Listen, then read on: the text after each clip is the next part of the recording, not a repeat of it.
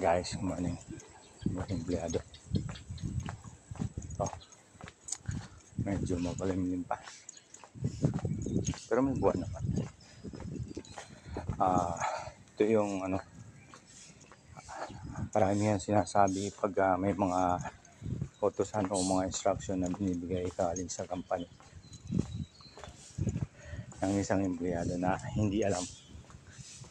Ayan guys, kung po natin nag-apply tayo para magkaroon ng trabaho, it means na kung anong po yung ipagawa sa atin, gawa natin paraan para ma-comply natin, kasi yan, pinagagawa yan, kailangan at importante yan sa isang company.